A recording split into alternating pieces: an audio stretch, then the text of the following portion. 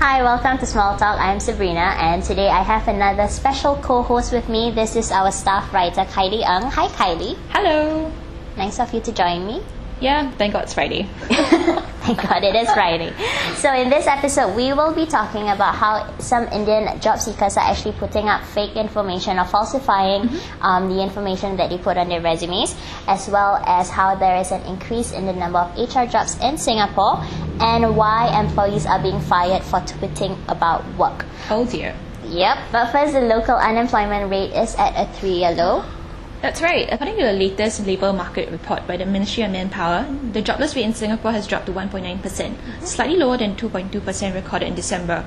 In fact, there were also fewer people laid off in the first quarter of this year, and there were nearly 30,000 new jobs created in the first 3 months of the year. Yeah, so it's a pretty positive outlook here in Singapore, and also I think a clear indicator that our local economy is picking up and returning to pre-financial crisis levels. So that's good.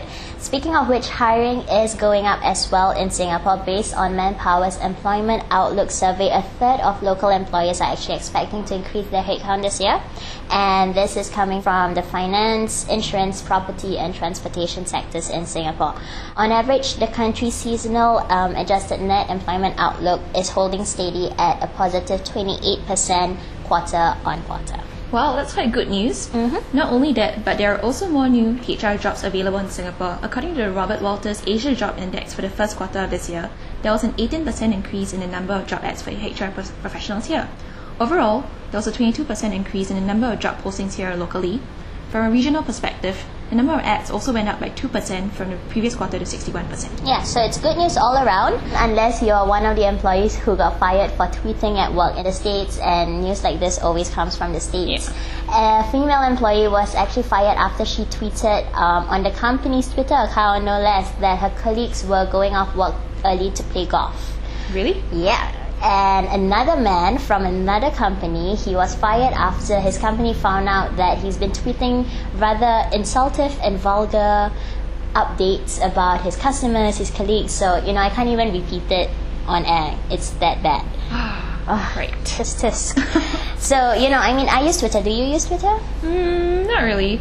But I'm sure that if I do, I'll be careful with my tweets. Exactly. You wouldn't want to put something that could cost you your job. Yep. Unfortunately, they were also not the only ones making bad decisions. Surprise, surprise! In India, job seekers were found to be putting false or inconsistent information on their resumes in a bid to increase their chances of finding a job. A majority of the dishonest applicants came from the education, real estate, travel and hospitality industries. I don't get why people would put up fake info, because, your employer is bound to figure it out or find Sooner out. or later. Exactly. Which reminds me, I had a conversation with a recruiter recently, and she told me that when you're doing background checks, what you should do is not call the managers that are listed as references, but to actually call those who aren't, because, there's probably a reason why they were not listed in the resume in the first place. Wow, I never knew that. Yep, so something to keep in mind. Yeah, true. Well, I think that's about all the time we have for this episode. Don't forget to visit our blog for video interviews, and this week we have Mary Sue Rogers of IBM talking about the learning and development challenges facing HR these days, as well as what you can do to overcome them. Exactly, and if you're not already a fan on our Facebook page, get online, be a fan so that you get all the latest news on your newsfeed itself.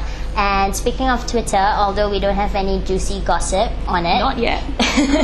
we do have very interesting news updates that you can get if you follow us as a fan.